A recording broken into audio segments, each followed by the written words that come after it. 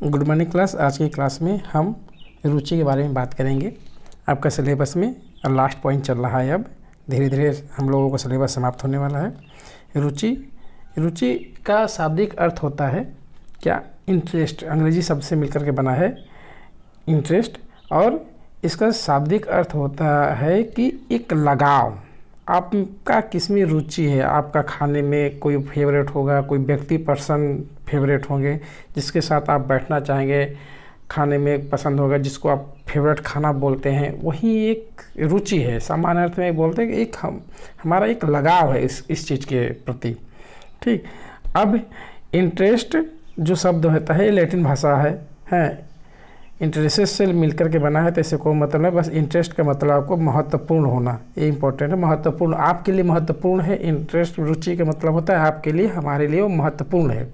जिसकी रुचि होती है, जिसे कोई पर्सन है उसमें उसकी रुचि होती है, तो वो पर्सन उसके लिए महत्वपूर्ण होता है। इसके अर्थ के बारे में बात कर लेते हैं थोड़ा सा। इसका अर्थ है सामान्य रुचि का तात्पर्य हमारी पसंद से होता है। वही बात है, पसंद है तो इम्पोर्टेंट है। पसंद, लगाव, इसके प्रति हमारा लगाव है, इस वस्तु के प्रति, इस पर्सन के प्रति, इस स्कूल के प्रति, हर सेक्टर में है कि हाँ आप हमारा इस सेक्टर में इस सब्जेक्ट के प्रति रुचि है। कोई भी सब्जेक्ट हो सकता है। तो जिस वस्तु में हमारी रुचि होती है उसमें हमारा ध्यान स्वाभाविक रूप से केंद्रित हो जाता है। जिस व्यक्ति में जो शब्द या सब्जेक्ट या जिस पर्सन से रुचि होती है वह पर्सन ऑटोमेटिक उसको भाता है, और वो अगर वो कहीं दिखाई देता है तो स्वाभाविक रूप से उसको मतलब नज़र ऑटोमेटिक चला जाता है। यह हमारे मानसिक अनुभव से संबंध रखता है। यह एक प्रेरक होता है, यह मानसिक प्रेरक होता है। अब आप सोचो, जब किसी के यहाँ शादी उदी पड़ती है तो उसमें से कुछ लोग, बहुत सारे ऐसे लोग होते हैं जो शराब के लिए सोचते हैं, शराब पीने वाले। अब वह पर्सन अपने घर से 40-50 किलोमीटर दूर जाएंगे बारात में। इस बारात में भी कहाँ शराब मिलता है उसको पता चल जाएगा। क्यों? क्योंकि वो उसके प्रति वो रुचि लग रहा है। कहीं पर भी देखेगा उसको ध्यान आकर्षित हो जाएगा। तो इसी हम कह रहे हैं कि वो ध्यान आकर्षित होना एक लगाव होना होता है। सबके प्रति नहीं हो, सबको उससे मतलब नहीं है। जो जिसको आवश्यकता होगी वो उसको तुरंत उसको सोचेगा, उसके ध्यान देगा, और लगाव रहेगा तो ध्यान आएगा। हर पर्सन ठेके जो शराब बेचने वाले हो तो उस पर ध्यान नहीं देते हैं, लेकिन जिसको उसकी रुचि है वो ऑटोमेटिक उसका ध्यान वहाँ पर चला जाता है। ठीक, अब समझ में आए? बस सामान्य अर्थ में रुचि का मतलब होता है कि हमारा एक लगाव, और ये अगर इसको हम जिस सब्जेक्ट में हमारी रुचि होती है वो सब्जेक्ट आसान बन जाता है।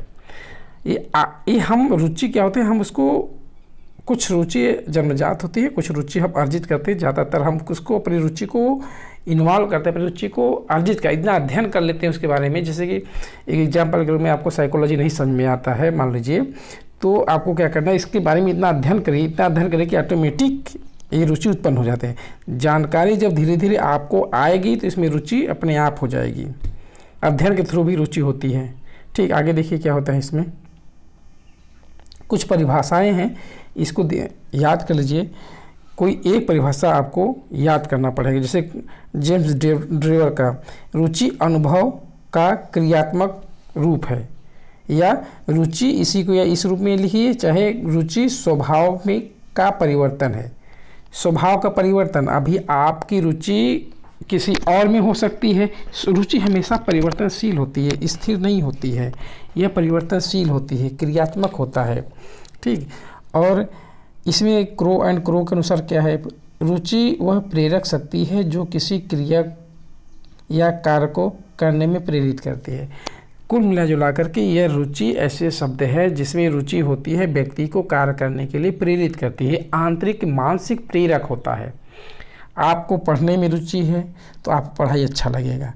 किसी पर्सन को खेलने में रुचि है तो उसको खेल अच्छा लगेगा। इतना ही नहीं, खेलने में भी बहुत सारे खेल हैं, तो जो खेल उसमें उसकी रुचि लगी, क्रिकेट में रुचि है तो क्रिकेट खेलेगा। आपको पढ़ने में साइंस पढ़ना है, इंग्लिश पढ़ना है, मैथ पढ़ना है, जो भी आपको रुचि लगेगा वो आप ज़्यादातर पढ़ेंगे। तो ये रुचि क्या है कि एक प्रेरक होता है, ये आंतरिक मानसिक प्रेरक होता है जिसको हमारे व्यवहार सुचारू रूप से चलाता है। एक मोटिवेशनल पार्ट होता है। मोटिवेशन के थ्रू रुचि को विकसित किया जाता है। तो अगर ऑप्शन में ये आए कहीं कि इस बच्चे को शिक्षा को ज़्यादा प्रभावित कौन करता है, तो रुचि, अभिप्रेरणा, अधिगम, बहुत सारे ऑप्शन आएंगे। तो अभिप्रेरणा तो बेस है, मोटिवेशन तो बेस है, उसी के आधार पर हम रुचि को उत्पन्न कर सकते हैं। तो याद रखना अभिप्रेरणा इम्पॉर्टेंट है और उसके बाद अगर कोई चीज़ है तो रुचि है। ठीक, अभिप्रेरणा के थ्रू तो हम रुचि को विकसित कर सकते हैं। हम जैसे कि यहाँ पर साइकोलॉजी बच्चों को कम समझ में आ रही है, मान लो अगर उसको हम प्रेरित करें पढ़ने के लिए तो वो पढ़ना स्टार्ट कर देता। अगर हमारा काउंसलिंग अच्छा सा हुआ तो पढ़ना स्टार्ट कर देगा, तो उसमें रुचि ऑटोमेटिक वो विकसित हो जाएगी। लेकिन बेस क्या हुआ कि प्रेरित हुआ है, किसके थ्रू, या खुद से हुआ होगा, या किसी पर्सन से हुआ होगा, या टीचर से हुआ होगा। तो वो पहला स्टेप होता है प्रेरणा, तो फिर उसके बाद रुचि उत्पन्न होती है। ठीक, इतना समझ में आया। अब नेक्स्ट है आपका रुचि के पहलू। ये बहुत ज़्यादा इम्पोर्टेंट नहीं है, फिर भी 3 पहलू होते हैं, जान लीजिए कैसे कैसे। कोई चीज़ को जानना, किसी चीज़ को जानना, ब्लूम टेक्सोनॉमी आप लोग पढ़े होंगे। क्या ज्ञानात्मक पहलू में है जानना, कोई चीज़ जानना, ज्ञान का अर्जन करना, मूल्यांकन करना, बोध करना, सिंथेसिस करना, विश्लेषण, संश्लेषण है जो, ये सब क्या है, ज्ञान के अंतर्गत आता है, संज्ञान के अंतर्गत आता है, ज्ञानात्मक पहलू होते हैं। रुचि के 3 पहलू हैं, ज्ञानात्मक, भावनात्मक और क्रियात्मक। जानना जो होता है ज्ञानात्मक पहलू में आता है, अनुभव जो होता है भावनात्मक पहलू में आता है, जो इच्छा करने की जो इच्छा है, प्रैक्टिकली आपकी जो करने की इच्छा है वो क्या है, प्रैक्टिकली कर रहे हैं तो क्रियात्मक रूप में आ जाता है। ये बहुत ज़्यादा आपके लिए इम्पोर्टेंट नहीं है, आगे बढ़िए। ठीक, नेक्स्ट है, अब रुचि के बारे में अच्छे से समझते हैं। रुचि क्या है, देखिए आगे लिखा है आप पर। अगर यहाँ पर रुचि के बारे में बात करते हैं, बच्चों में आपको एग्जाम में आएगा, बच्चों में किसी विषय के प्रति रुचि कैसे उत्पन्न किया जा सकता है, ये आपको लिखना पड़ेगा। वो आगे है इसको पढ़ेंगे बाद में। देखिए रुचि के, जिस विषय वस्तु में बच्चे की रुचि होती है वह जल्दी से सीखता है और रुचि वस्तुओं को विस्मरण कर देता है। इसका साफ साफ मतलब इसे कोई पहचान, वो अलग बात है। आपको जो चीज़ पसंद आएगी उसको आप प्रेरित होगे सीखने के लिए। अगर आपका रुचि उसमें नहीं होगा तो माइंड काम नहीं करेगा इसको सीखने के लिए, और वो आपके लिए अरुचि है, रुचिकर नहीं है, तो आप धीरे धीरे क्या करेंगे, उसको भूलते जाएंगे। ठीक, विस्मरण के लिए अरुचि इम्पोर्टेंट है और स्मरण के लिए रुचि इम्पोर्टेंट है। ठीक, अब नेक्स्ट क्या है, शिक्षक का व्यवहार व पढ़ाने का ढंग किस पर डिपेंड करता है, रुचि किस पर डिपेंड करता है। यहाँ पर शिक्षक के व्यवहार और पढ़ाने के ढंग पर भी बच्चे का प्रभावित करता है। जैसे शिक्षक का व्यवहार और पढ़ाने का ढंग, शिक्षक को बच्चे के प्रति प्रेम और स्नेह पूर्ण व्यवहार बालक को याद करने में अनुकूल प्रभाव पड़ता है। अगर शिक्षक अच्छे से पढ़ा रहा है, उसका व्यवहार है, बच्चों के प्रति सहानुभूति है, प्रेम से की बात है, तो बच्चे अच्छे से सीखते हैं। अगर कोई टीचर बच्चों का नाम लेकर के उसको प्रोत्साहन के थ्रू उसको पढ़ा रहा है तो बच्चे को ये लगेगा सर मुझे पहचानते हैं, हम इनके पाठ में थोड़ा रुचि लेकर के पढ़ेंगे, पढ़ना चाहेगा वह। सब टीचर एक जैसे नहीं होते हैं, लेकिन हर लोगों का पढ़ाने का तरीका अलग होता है और उसी तरह से हम प्रेरणा दे करके बच्चों में रुचि उत्पन्न कर सकते हैं। तो यहाँ कहने का मतलब ये है, पढ़ा रहा है कैसे कोई पर्सन, हम कह रहे हैं कि हिंदी बहुत सरल विषय है, वो सभी लोगों को माना जाता है कि सब लोग जानते हैं। अगर वो हमेशा पढ़ते जा रहे हैं पढ़ाते जा रहे हैं तो रुचि लेके लड़के पढ़ रहे हैं। लेकिन बहुत सारे ऐसे स्टाफ टीचर भी होते हैं कि उसको इतना बोरियस बना देते हैं कि वो समझ में नहीं आ रहा है। अब जैसे साइकोलॉजी हैं, इसको एकदम ज़मीन के स्तर पर एग्जाम्पल दे करके बच्चों को समझाए तो उसको अपने वातावरण के साथ जोड़ करके समझाए तो बच्चे को समझ में आएगा। और वही चीज़ें वो मेथड कौन सा हो, तो लेक्चर मेथड है, करके सिखा रहे हैं या अनुभव करके सिखा रहे हैं, तो सारा कुछ क्या करते हैं इसके प्रभावित करता है रुचि पर।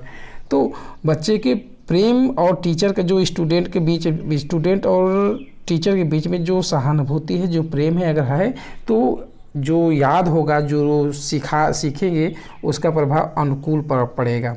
और प्रत्येक अध्यापक पढ़ाने के ढंग, स्मृति को पढ़ाने के ढंग, कैसे पढ़ा रहे हैं, कोई चीज़ को किस तरह से बोल रहे हैं, कितना जोर दे करके बोल रहे हैं। कोई टीचर बहुत अच्छे से पढ़ा दे रहा है, समझ में आ रहा है, वही चीज़ कोई अन्य पर्सन पढ़ा रहा है तो कम समझ में आ रहा है। ये इसका भी प्रभाव पड़ता है, प्रत्येक लोगों पर प्रभाव पड़ता है, कौन चीज़ कैसे पढ़ाया जा रहा है।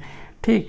अब रुचि के प्रकार, रुचि के प्रकार के बारे में बात करेंगे। रुचि दो प्रकार की होती है, जन्मजात और अर्जित। दो प्रकार के जन्मजात होते हैं और एक अर्जित होता है। अब जन्मजात जो होती है उसमें मूल प्रवृत्तियाँ होती है। जो हमारी मूल प्रवृत्तियाँ होती है वो रुचि हमारी जन्मजात होती है। जैसे कि खेलना ये जन्मजात है। आप लोग सोचेंगे अरे क्रिकेट को हमको तो रुचि उत्पन्न किया जा सकता है, लेकिन वहाँ पर ये खेलना नहीं है। यहाँ पर सेंस से खेलना मतलब कि बच्चे जो शैशव अवस्था के रहेंगे वो ऑटोमेटिक खेलेंगे, अपनी रुचि उसमें उत्पन्न करेंगे। वो सीखा नहीं है, वो ऑलरेडी वहाँ से ये जन्मजात है। कोई गाड़ी को लेकर के खेलना, किसी खिलौने को लेकर के खेलना, वो भी उस सीखा नहीं कुछ, वो ऑटोमेटिक वो कहीं तरह से जन्मजात है, मूल प्रवृत्ति के थ्रू ही आ जाती है। माता के प्रति प्रेम, बच्चों के प्रति माता का, ये जन्मजात होता है। ठीक। और अर्जित, हाँ यहाँ पर ये इम्पोर्टेंट है कि ज़्यादातर रुचियाँ हम अर्जित करते हैं। कुछ किताबों में तो ये माना जाता है कि सिर्फ अर्जित, कौन से अब्राहम ने बोला कि सिर्फ अर्जित किया जाता है रुचि को सिर्फ आप अर्जित कर सकते हैं, जन्मजात नहीं होती। लेकिन एग्जाम में आए तो आप दो प्रकार के लिखिएगा, ये दोनों प्रकार। ठीक। जन्मजात होते हैं और अर्जित होते हैं। जन्मजात ये होते हैं कि जो हम माँ अपने प्रति संतान को, माता के प्रति संतान है, व्यक्ति अपनी सम्मान के प्रति जो रुचि होता है, व्यक्ति के सम्मान होता है, जो सबका ये जन्मजात होता है, ये सब जन्मजात होता है। और अर्जित क्या होता है, ये सब भाव संवेदना से होता है, जैसे कि उपन्यास पढ़ना, कहानी पढ़ना, खेल खेलना, क्रिकेट खेलना, या जो अपनी इच्छा से खेलना है, पढ़ाई करना, बहुत सारा जो है ये अर्जित किया, सारे जो ज़्यादातर अर्जित किया जाता है, अर्जित करना होता है। ठीक। नेक्स्ट, अब यहाँ पर आते हैं आपको रुचि की विशेषताएं। रुचि की विशेषताएं, यह विशेषता हमने बताते हैं कि किसी भी चीज़ का हो तो विशेषताएं जरूर पढ़िएगा, प्रकृति और विशेषता, क्योंकि उसी में सब कुछ निहित हो जाता है। यह जन्मजात और अर्जित दोनों होती है। पहली विशेषताएं जन्मजात भी होती है और अर्जित भी होती है। ठीक। और यह सदैव परिवर्तनशील होती है। आज हम पढ़ाने के लिए है, कल पढ़ने के लिए होगा, अलग अलग रुचि। आज मेरा खाने का ये मन है, हमारा ये मन हो जाएगा। ये तो रुचि हमेशा चेंजेबल होती रहती है, ये परिवर्तनशील होती है, गत्यात्मक होती है। ठीक।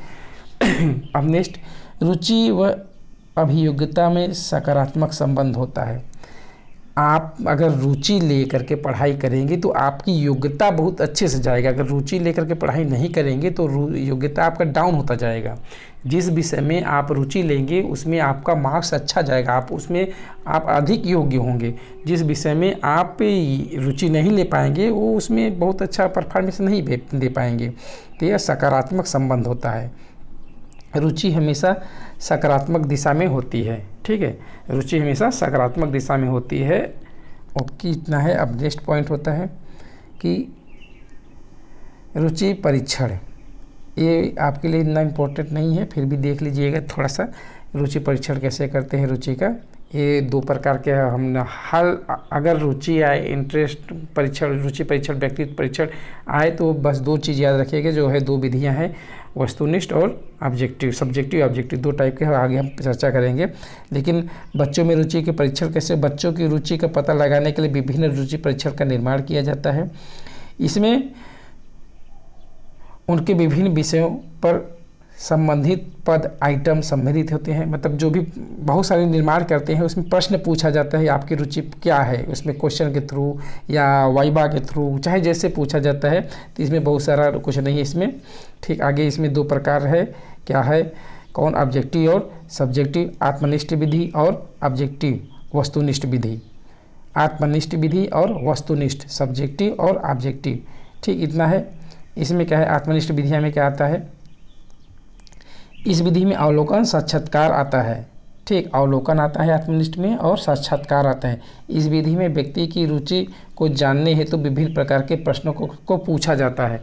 जैसे कि प्रश्न पूछा जाता है बच्चे से, किसकी रुचि की जानकारी लेना है उससे प्रश्न पूछा जाता है, और अवलोकन के द्वारा व्यक्ति के प्रदर्शित रुचियों को मापन किया जाता है। प्रश्न पूछ करके आपको क्या क्या पसंद है, क्या खेलना है, कौन पसंद है, कौन पसंद है, तो उसका अवलोकन करते हुए हम बता सकते हैं कि आप इस फील्ड में, गाना सुनने में, खेल खेलने में, पढ़ाई में कौन सा सब्जेक्ट है, उसमें कौन सा आपकी रुचि ज़्यादा होती है। ये एक प्रैक्टिकल चीज़ है, इसमें ज़्यादा इन्वॉल्व मत होइए। इसमें आगे नेक्स्ट है वस्तुनिष्ठ। क्या है, 2 विधि आप इस तरह से रखिएगा, वस्तुनिष्ठ विधि, ऑब्जेक्टिव और सब्जेक्टिव। आत्मनिष्ठ विधि, वस्तुनिष्ठ विधि। अगर आता है परीक्षण के बाद तो 2 परीक्षण याद रखिएगा। ठीक, इसमें इस विधि में मुख्य रूप से रुचि की सूचियाँ आती है। रुचि की सूचियाँ वास्तव में रुचियों का मापन करने के लिए औपचारिक ढंग से विकसित किया जाता है। वस्तुनिष्ठ जो प्रमाणित होता है औपचारिक ढंग से, कॉलेजों में इसी विधि का प्रयोग किया जाता है, ठीक है। नेक्स्ट अब आगे है रुचि। ये इम्पॉर्टेंट है आपके लिए, एक क्वेश्चन पूछा जाता है ज़्यादातर। बच्चे में रुचि उत्पन्न करने की विधियों या अधिगम में इसका महत्व है, ये इम्पॉर्टेंट है। या वाइवा में कहीं पर भी पूछे जाएंगे, तो कहीं पर भी पूछे जा सकते हैं, वाइवा में भी पूछे जाते हैं, यूपी टेट सी टेट में भी पूछे जा सकते हैं। जो एग्ज़ाम जो आपका होगा बीएड बीटीसी का, उसमें भी पूछे जाते हैं कि बच्चे में रुचि उत्पन्न करने के कौन कौन से तरीके हो सकते हैं। देखिए इसमें क्या है आगे, इसमें है कि बच्चों को पढ़ाए जाने वाले विषय को सिखाने जाने वाली क्रियाओं में रुचि उत्पन्न करने के लिए प्रशिक्षु को महत्वपूर्ण बातों का ध्यान देना चाहिए, जो निम्न प्रकार से है। कौन कौन सी बातें हैं इसमें देखिए क्या है।